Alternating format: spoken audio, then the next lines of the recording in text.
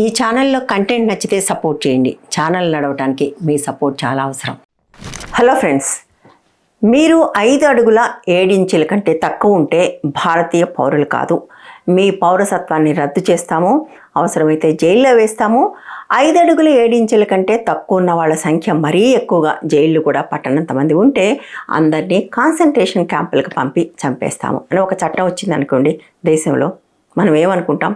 కడుపు రగిలిపోతుంది, విపరీతమైన కోపం వస్తుంది, దేశంలో తిరుగుబాటు కూడా వస్తుందని మనం భావిస్తాం. కానీ రాదు. ఎందుకంటే దేశంలో దాదాపుగా అటువంటి చట్టాలు అనేకం వస్తున్నప్పటికీ కూడా వాటిని పట్టించుకొని ఒక స్థితిలోకి చాలామంది వెళ్ళిపోయారు. ఉదాహరణకు మన వీడియోల కిందకు వచ్చి వారం రోజుల కింద నుంచి ఒకటి అడుగుతున్నారు, బంగ్లాదేశ్లో హిందువుల మీద జరిగిన దాడి గురించి మీరు ఎందుకు మాట్లాడరు అని. ఈ ప్రశ్న వాళ్ళు ప్రభుత్వాన్ని కదా వేయాలి. ఇప్పటి వరకు ప్రభుత్వం దాని మీద ఏమీ మాట్లాడలేదు. కానీ నేను మాట్లాడానా లేదా అన్నది మాత్రమే వాళ్ళకి important. At the same time 2 అడుగుల కంటే తక్కువ ఉంటే మీకు భారతీయ పౌరసత్వం ఉండదు లాంటి ఒక నిర్ణయం ప్రభుత్వం తీసుకుంటే దాని మీద వీడియో చేయమని మాత్రం ఒక్కళ్ళు కూడా అడగలేదు. ఇప్పటికీ మీకు అర్థమై ఉంటుంది నేను ఆరావళి పర్వతాల కాంట్రవర్సీ గురించి మాట్లాడబోతున్నాను అని. దీనికి సంబంధించి సేవ్ ఆరావళి హిల్స్ అనే ఒక హ్యాష్ ట్యాగ్ ఇంటర్నెట్లో విపరీతంగా ట్రెండ్ అవుతుంది. కేవలం ఇంటర్నెట్లోనూ సోషల్ మీడియాలో మాత్రమే కాదు, గోధి మీడియాలో ప్రముఖులుగా ఉన్న అర్నబ్ గోస్వామి లాంటి వాళ్ళు కూడా దీని గురించి మాట్లాడుతున్నారు. And we the citizens of India can't open our mouth about it. What is the government doing? Water conflicts will intensify across Rajasthan, Haryana and Delhi NCR. The Prime Minister needs to intervene. We will be an environmentally destroyed Bharat. Save the Aravalis. అంత మాత్రమే కాదు, ప్రజలు కూడా రోడ్ల మీదకి వస్తున్నారు. హర్యానాలో, ఢిల్లీలో దీనికి సంబంధించి అనేక నిరసనలు జరుగుతున్నాయి. సో ఈ నేపథ్యంలో అసలు ఈ ఆరావళి పర్వతాల కాంట్రవర్సీ ఏమిటి అన్నది చాలా డీటెయిల్గా చెప్పే ప్రయత్నం చేస్తాను. ఈ వివాదానికి మొదలెక్కడైందంటే ఈ సంవత్సరం నవంబర్లో సుప్రీంకోర్టు తీసుకున్న ఒక నిర్ణయం వల్ల ఆరావళి పర్వతాల్లో జరుగుతున్న మైనింగ్కి సంబంధించిన ఒక కేసులో భాగంగా ఈ ప్రతిపాదన ప్రభుత్వం సుప్రీంకోర్టు ముందు పెట్టింది. ఇందులో ప్రభుత్వం చేసిన ప్రతిపాదన ఏంటంటే కనీసం 100 అడుగులు ఉన్నదాన్ని మాత్రమే మనం పర్వతంగా గుర్తించాలి, మిగిలిన వాటిని పర్వతంగా గుర్తించనక్కర్లేదు, వాటిని మైనింగ్ చేయడానికి మైనింగ్ కంపెనీలకు ఇవ్వచ్చు అనేది. సుప్రీంకోర్టు ఈ ప్రతిపాదనని అంగీకరించింది. దీనిలో ఉన్న వివరాలు బయటికి రావడం మొదలుపెట్టగానే చాలామంది ఉలిక్కిపడ్డారు. ఎందుకంటే ఆరావళి పర్వతాలు అనేవి భారతదేశంలో చాలా కీలకమైన పర్వతాల వరుస. అనేక రకాలుగా ఇవి గుజరాత్ నుంచి మొదలుకొని ఢిల్లీ దాకా 700 కిలోమీటర్ల దూరంలో విస్తరించి ఉంటాయి. ఒక పార్ట్ ఆఫ్ గుజరాత్, తర్వాత రాజస్థాన్, హర్యానా, ఢిల్లీ దాకా కూడా ఇవి ఉంటాయి. ఈ పర్వతాలకు భారతదేశంలో ఒక కీలకమైన పాత్ర కూడా ఉంది. అదేంటంటే ఈ పర్వతాలకు వెనకాల అంటే పాకిస్తాన్ వైపు మనకు థార్ ఎడారి ఉంది. థార్ ఎడారి తెలిసిందే కదా, ప్రపంచంలోనే అత్యంత భీకరమైన ఎడారిలో థార్ ఎడారి కూడా ఒకటి. అక్కడ ప్రతిరోజు శాండ్ స్టామ్స్ వస్తాయి. ఈ శాండ్ స్టామ్స్ ఉత్తర భారతం మీదకి రాకుండా ఈ పర్వతాల శ్రేణి అడ్డుకుంటుంది. ఈ పర్వతాల శ్రేణి హిమాలయాల్లాగా చాలా ఎత్తైన పర్వతాల శ్రేణి కాదు, బట్ చాలా వెడల్పుగాను చాలా పొడవుగాను విస్తరించి ఉండటం వల్ల ఇసుక తుఫాన్లు దాన్ని దాటి ఉత్తర భారతదేశంలోకి వచ్చే అవకాశం తక్కువ. ఆ పర్వతాలే కానీ లేకపోతే ఉత్తర భారతంలో చాలా భాగం ఎడారిగా మారిపోయే అవకాశం ఉంటుంది. అన్నిటికంటే ఎక్కువ ఢిల్లీ కూడా ఎడారిగా మారిపోయే అవకాశం ఉంటుంది.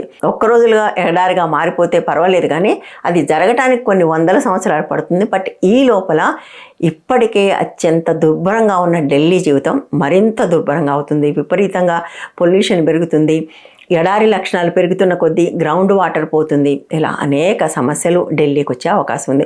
బహుశా అందుకనే అర్నబ్ గోస్వామి మరికొంతమంది కూడా మాట్లాడుతున్నట్టున్నారు. ఎందుకంటే కరెక్ట్గా అది వాళ్ళ మీదకే ఎఫెక్ట్ రాబోతుంది కాబట్టి ఢిల్లీ, హర్యానా ప్రజలు దీన్ని అర్థం చేసుకొని రోడ్ల మీదకి వచ్చి మాట్లాడే ప్రయత్నం చేస్తున్నట్టున్నారు. అయితే ఇంతకుముందే చెప్పానుగా, అవి చిన్న గుట్టలు ఎక్కువ ఉంటాయి, విశాలంగా విస్తరించి ఉంటాయి. మీకు నేను రాజస్థాన్కి సంబంధించిన ఒక విజువల్ చూపిస్తాను, చూడండి ఎట్లా ఉందో. అయితే ప్రభుత్వం ఎంత తెలివిగా ఉందంటే ఇది కేవలం ఎత్తుకు సంబంధించి మాత్రమే కాదు, స్లోప్కి సంబంధించి కూడా మరొక మెలిక పెట్టింది. అదేంటంటే ఈ కొండల స్లోప్ ఏదైతే ఉందో అది 2010లో ఫారెస్ట్ సర్వే ఆఫ్ ఇండియా ఇచ్చిన డెఫినేషన్ ప్రకారం ఒక పర్వతం స్లోపు 3 డిగ్రీలు ఉంటే కూడా దాన్ని పర్వతంగా పరిగణించవచ్చని. కానీ కొత్త ప్రతిపాదనలో ప్రభుత్వం మరింత తెలివిగా ఏం చేసిందంటే ఈ స్లోప్ మినిమం 4.57 అంటే 5 డిగ్రీల స్లోప్ మినిమం ఉండాలట, లేకపోతే అది పర్వతం కాదు. అంటే ఒకవేళ అది 100 అడుగులు ఎత్తున్నప్పటికీ కూడా దాని స్లోప్ అనేది తక్కువ ఉంటే దాన్ని కూడా పర్వతంగా కన్సిడర్ చేయాల్సిన పని లేదు అని. ఈ ఆరావళి పర్వతాలకు సంబంధించి చాలా కీలకమైన మరొక డీటెయిల్ చెప్తాను.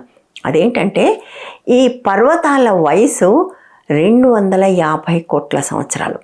హిమాలయాలు మనందరికీ బాగా తెలుసు కదా, హిమాలయాల వయసు కేవలం 4 కోట్ల సంవత్సరాలే. మనిషి ఎప్పుడు ఆవిర్భవించాడు భూమి మీద?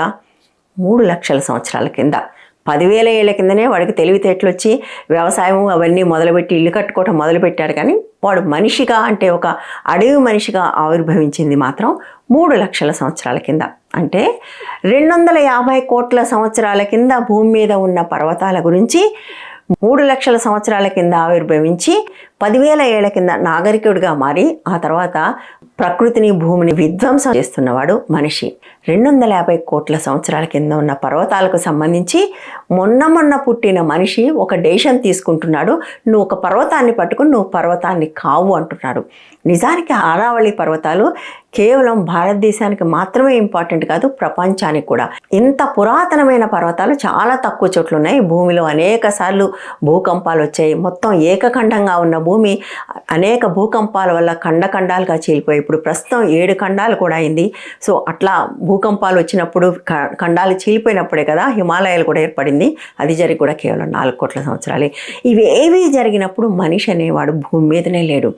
ఈ ప్రభుత్వం ఇప్పుడు ఏదైతే ప్రతిపాదన తీసుకొచ్చిందో దాని డెఫినేషన్కి సంబంధించి దీన్ని కానీ ఇంప్లిమెంట్ చేస్తే ఆరావళి పర్వతాల్లో దాదాపుగా 90% పర్వతాలు కాకుండా పోతాయి. ఈ ఆరావళి పర్వతాలు కేవలం పర్వతాలకు సంబంధించే కాదు, మనందరికీ తెలుసు మొన్న మనం హైదరాబాద్లో ఉన్న 400 ఎకరాల్లో కూడా ఎంత బయోడైవర్సిటీ ఉందో చూసాం కదా. ఆరావళి పర్వతాల్లో కూడా అదే రకంగా చాలా బయోడైవర్సిటీ ఉంది. కేవలం ఈ పర్వతాల వరుసల్లోనే 22 వైల్డ్ లైఫ్ శాంక్చురీస్ ఉన్నాయి, 4 టైగర్ రిజర్వులు ఉన్నాయి. సేవ్ టైగర్ అంటారు కదా, సో అది కూడా పక్కకు పోతుంది. ఎందుకంటే టైగర్స్ ఉన్న ప్రాంతాలు భారతదేశంలో చాలా కొద్దిగా ఉన్నాయి. ఇవి కాకుండా అనేక రకాల పక్షులు జంతువులు అక్కడ ఉన్నాయి. ఈ పర్వతాలు పోవటం వల్ల దేశం నాశనం అవటమే కాదు, అనేక రకాల జీవజాలాలు కూడా అంతరించిపోతాయి. వాటిని అంతం చేసే హక్కు మనకు లేదు. భూమి మీద ఉన్న నదులు, పర్వతాలు, చెట్లు, జంతుజాలాలు ఇవన్నీ ముందొచ్చాయి. మనం అందరికంటే వెనకొచ్చాం. మనకేం హక్కు ఉంది చెప్పండి ఈ మొత్తాన్ని నాశనం చేయడానికి? దేశమే నాశనం అయిపోయినా సరే అని ప్రభుత్వం మైనింగ్ కంపెనీలకు ఎందుకు తల వంచుతుంది? ఈ ప్రశ్న మీకు తప్పకుండా వచ్చే ఉంటుంది కదా. దానికి సమాధానం చెప్పే ముందు ప్రస్తుతం ఆరావళి పర్వతాల్లో ఏం జరుగుతుందో ఒకసారి చెప్తాను. రాజస్థాన్ ప్రాంతంలో దగ్గర 12,000 ఆరావళి పర్వతాలు ఉన్నాయి. ఆ రాష్ట్ర పాలసీ ప్రకారం మైనింగ్ని అలౌ చేస్తున్నారు. అక్కడున్న 12,000 పర్వతాలకు ఈ కొత్త డెఫినిషన్ని అప్లై చేస్తే కేవలం 1000 పర్వతాలు మాత్రమే మిగులుతాయి. మిగిలిన 11,000 పర్వతాలు మైనింగ్కి అనుకూలంగా మారుతాయి. ఇప్పటికే నిజానికి అక్కడ ఇల్లీగల్ మైనింగ్ విపరీతంగా జరుగుతుంది. ఈ రాజస్థాన్లో జరుగుతున్న మైనింగ్ ఎంత ఇల్లీగల్గా ఉంది అనటానికి ఒక్క ఉదాహరణ చెప్తాను. బిల్వారా అనేది ఈ ఆరావళి పర్వతాల్లో ఒక ప్రాంతం. అక్కడ మైనింగ్కి ప్రభుత్వం అనుమతి ఇచ్చింది. ప్రభుత్వం లెక్కల ప్రకారం అక్కడ జరిగిన మైనింగ్ కేవలం 62 లక్షల టన్నులు.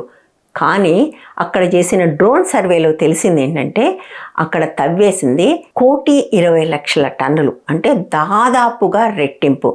పర్మిషన్ తీసుకున్న దానికంటే కూడా రెట్టింపు వాళ్ళు తవ్వేస్తున్నారు ఆల్రెడీ.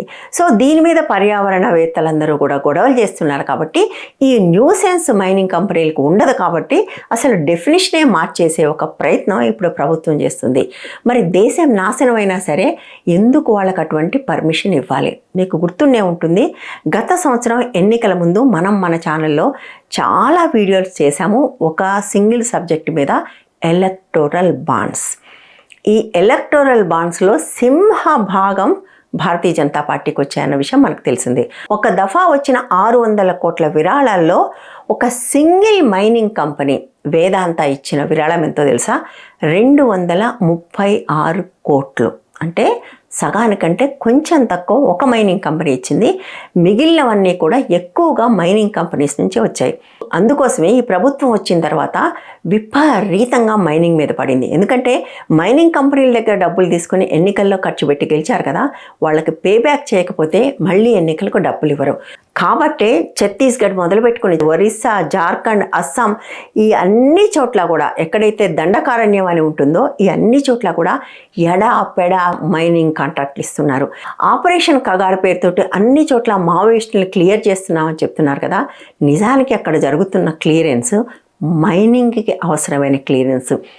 అటవీ ప్రాంతంలో ఆదివాసీలు నివసించే చోట మైనింగ్ జరపాలి అంటే అక్కడ గ్రామ సభలు పర్మిషన్ ఇవ్వాలి. అలాంటి పర్మిషన్ అక్కడ గ్రామ సభలు ఇవ్వట్లేదు కాబట్టి వాళ్ళే ఫోర్జరీ చేసేసి గ్రామ సభలు సంతకం పెట్టినట్టుగా ఫోర్జరీ డాక్యుమెంట్స్ తీసుకొని మరీ విపరీతంగా మైనింగ్ చేస్తున్నారు. ఒకవైపు ఆపరేషన్ కగారు చేస్తూనే మరొక వైపు లక్షల కొద్ది చెట్లు కొట్టేయటానికి, మైనింగ్ చేసుకోవటానికి అక్కడ పర్మిషన్లు ఇస్తున్నారు. అందులో ప్రధానంగా లబ్ధి పొందుతున్న వాళ్ళు ఇద్దరు, ఒకళ్ళు వేదాంత, రెండో వాళ్ళు అదాని. కొన్ని వేల చెట్లు కొట్టేయటానికి, కొన్ని వేల హెక్టార్లు తవ్వేసుకోవటానికి ఇప్పటికే వాళ్ళందరికీ పర్మిషన్లు ఇచ్చారు. ఇది సరిపోనట్టుగా ఇప్పుడు ఆరావళి పర్వతాలను కూడా తవ్వటం కోసం ప్రభుత్వం రంగం సిద్ధం చేస్తుంది. ఎందుకు అంటే వాళ్ళ నుంచి విరాళాలు తీసుకున్నారు కాబట్టి ఇది ఒక రకంగా పే బ్యాక్. ఒకసారి డబ్బులు ఇచ్చిన తర్వాత వాళ్ళు ఏం చెప్తే అదే చేయాలి కదా. అందుకే క్రోనీ క్యాపిటలిజం అంటే ఈ ప్రభుత్వాలు కేవలం కార్పొరేట్ల కోసమే పనిచేస్తాయి. ఎందుకంటే వాళ్ళ నుంచే డబ్బులు తీసుకుని అవే ఖర్చు పెట్టి గెలుస్తారు కాబట్టి వాళ్ళ కోసమే పనిచేస్తాయి. మన కోసం పని చేయవు. కులం పేరుతో, మతం పేరుతో చిచ్చు పెడతారు. మనం వాటి గురించి మాట్లాడుకుంటుంటే వాళ్ళకి కావాల్సిన వాళ్ళు చేసుకుంటారు. నిజానికి ఈ పని ఈ గవర్నమెంట్ ముఖ్యంగా 3వ విడత వచ్చినప్పటి నుంచి విపరీతంగా మైనింగ్ మీద కాన్సన్ట్రేట్ చేసింది. కానీ ఇంతకాలం జరగని గొడవ ఇప్పుడు ఎందుకు జరుగుతుంది అంటే ఇంతకాలం దీని గురించి నిజానికి ఆదివాసీలు మాట్లాడుతూనే ఉన్నారు. కానీ వాళ్ళని మావోయిస్టుల పేర్లతోటి నిర్బంధించి జైళ్ళలో పడేసి చంపేసి అక్కడ పని చేసుకున్నారు. బట్ ఈసారి ఎఫెక్ట్ అవుతున్నవి నగరాలు కదా, అందుకని ప్రజలు గొంతెత్తారు. కాబట్టి ఈ గొంతెత్తే ప్రజలు గుర్తుపెట్టుకోవాలి, ఇది కేవలం ఆరావళి పర్వతాల సమస్య మాత్రమే కాదు. ఈ భారతదేశానికి ఇప్పటికీ కూడా లంగ్స్గా ఉన్న మొత్తం సెంట్రల్ ఇండియన్ ఫారెస్ట్కి సంబంధించిన విషయం కూడా 5-6 రాష్ట్రాల్లో విస్తరించి ఉన్న సెంట్రల్ ఇండియన్ ఫారెస్ట్లో కూడా సరిగ్గా ఇదే జరుగుతుంది. ఒక్కసారి మీరు నియామ్గిరి అని ఉంటుంది ఒడిస్సాలో వెళ్ళి చూడండి. గొప్ప ఫారెస్ట్. ఆ పర్వతాలు కూడా నిజానికి అత్యంత పురాతనమైనవి. అవన్నీ కూడా ఇప్పుడు బోడిగుండ్లుగా మారిపోయాయి. పురాతనమైన వాటి మీద మాకు చాలా గౌరవం అని చెప్తారు కదా, మనిషే పుట్టక ముందు పుట్టిన పర్వతాల మీద మీకేం హక్కు ఉంది? కేవలం వాటిని డబ్బులుగా మార్చుకోవడానికి కొన్ని కార్పొరేట్లకు ఎందుకు కట్టబెడుతున్నారు? ఈ మాట అనగానే మరి మైనింగ్ లేకపోతే అభివృద్ధి ఎలా అంటారు? ఈ మాట అనే వాళ్ళందరూ కూడా తాము ఎఫెక్ట్ కానంత వరకు మాత్రమే ఈ మాట అంటారు. సరిగ్గా ఢిల్లీ, హర్యానా ప్రజల్లాగా. డెవలప్మెంట్ అనే దానికి అంతే ఉంది. నిజంగా జరుగుతున్న డెవలప్మెంట్ అంతా అవసరమేనా? మన పరుగు ఏదైతే ఉందో ఈ పరుగంతా కూడా సరైన పరుగేనా? పోనీ వేదాంత లాంటి వాళ్ళు చేసే బాక్సైట్ మైనింగ్ వల్ల దేశానికి ఏం ఉపయోగం? అది వాళ్ళు ఎక్స్పోర్ట్ చేస్తారు. మరి మీరేం చెప్తున్నారు ఇక్కడ? మేక్ ఇన్ ఇండియా అని కదా, సెల్ఫ్ సస్టైనబిలిటీ అని కదా. దేశం సెల్ఫ్ సస్టైన్ అవడానికి అవసరమైన పనులు చేయకుండా ఎక్స్పోర్ట్స్కి అవసరమైన మైనింగ్కి పర్మిషన్లు ఇవ్వటం వల్ల ఏ రకంగా దేశం బాగుపడుతుంది? ఇలాంటి ప్రశ్నలు అడిగిన వాళ్ళని అర్బన్ నక్సల్స్ అని, తుక్డే గ్యాంగ్ అని అనటం ప్రభుత్వానికి విపరీతంగా అలవాటైపోయింది. ప్రజలకు, సమాజానికి ఏమాత్రం పనికిరాని, ఏమాత్రం ఉపయోగపడని అనేక క్రిమికీటకాలు ఇక్కడికి వచ్చి అదే మాట అంటాయి, నువ్వు urban Naxal, tukde gang, Soros funded అని. ఇంకా ఆపండి ఇప్పటికైనా కూడా. ఆపి ఈ దేశంలో ఏం జరుగుతుందో ఒకసారి చూడండి. ఒకవైపు విపరీతంగా పేదరికం పెరుగుతుంది, నిరుద్యోగం పెరుగుతుంది. అదానికి సొంత పిఆర్ఓ లాగా ప్రపంచమంతా తిరిగి ప్రాజెక్టులు తీసుకురావడం వల్ల వచ్చిన సంపదని జీడిపిలో చూపించి అదే అందరి సంపద అని చూపించడం వల్ల అందరి సంపద పెరగదు. ఒక మనిషి సంపద పెరిగితే అది జీడిపిలో ప్రతిఫలిస్తుంది, కానీ దేశ ప్రజల జీవితాల్లో ప్రతిఫలించదు. మీరు దాన్ని చూసి పదే మాట్లాడకండి. దేశ ప్రజల జీవితాలు ఎట్లా ఉన్నాయి? ఆకలిలో, హ్యాపీనెస్ ఇండెక్స్లో అన్నిట్లో మనం ఎందుకు అట్టడుగుకు పోతున్నాం? ఈ విషయాలు కూడా ఆలోచించాలి. మరి ఉద్యోగాలు కావాలంటారు, మైనింగ్ వద్దంటారని. నేను కొత్తగూడెం నుంచి వచ్చాను, నాకు తెలుసు ఇక్కడ జరిగేదంతా. దీన్ని ఓపెన్ కాస్ట్ మైనింగ్ అంటారు. ఓపెన్ కాస్ట్ మైనింగ్ ఇచ్చే ఉద్యోగాలు చాలా తక్కువ, కానీ అది చేసే విధ్వంసం చాలా ఎక్కువ. ఎప్పుడైనా కూడా ఎంప్లాయ్మెంట్కి, అభివృద్ధికి, పర్యావరణానికి ఒక సమతౌల్యం ఉండాలి. అది లేకపోతే దేశం నాశనం అవుతుంది, భూమి నాశనం అవుతుంది, మనమే మనుషులుగా అంతరించిపోయే అవకాశం ఉంది. మీ మూఢభక్తితో ఈ ప్రభుత్వాన్ని ఈ పని చెయ్యనివ్వకండి. దయచేసి మాట్లాడండి. దీన్ని ప్రశ్నించడం అనేది మనం బాధ్యత. ఈ బాధ్యతను మనం నెరవేర్చి దేశ పౌరులుగా ఉందామా? మూర్ఖులుగా మారి రేపు 5 అడుగుల 7 ఇంచీల కంటే తక్కువ ఉంటే భారత పౌరసత్వాన్ని రద్దు చేస్తామంటే కూడా అంగీకరిస్తామా? ముగించే ముందు ఒక ప్రశ్న వేస్తాను మీకు. 5 అడుగుల 7 ఇంచులు అన్నమాట ఎందుకంటున్నా నేను? 5 అడుగుల 6 అని కానీ 8 అని కానీ ఎందుకు అనలేదు? ఇప్పటికే చాలామందికి అర్థమై ఉంటుంది నేను ఆ హైట్ ఎందుకు చెప్పాను. అర్థమైతే కామెంట్స్లో రాయండి. అట్లాగే దీన్ని ప్రశ్నించడంలో మనుషులుగా, పౌరులుగా అందరం కూడా నిలబడతారని కూడా ఆశిస్తున్నాను. Thank you.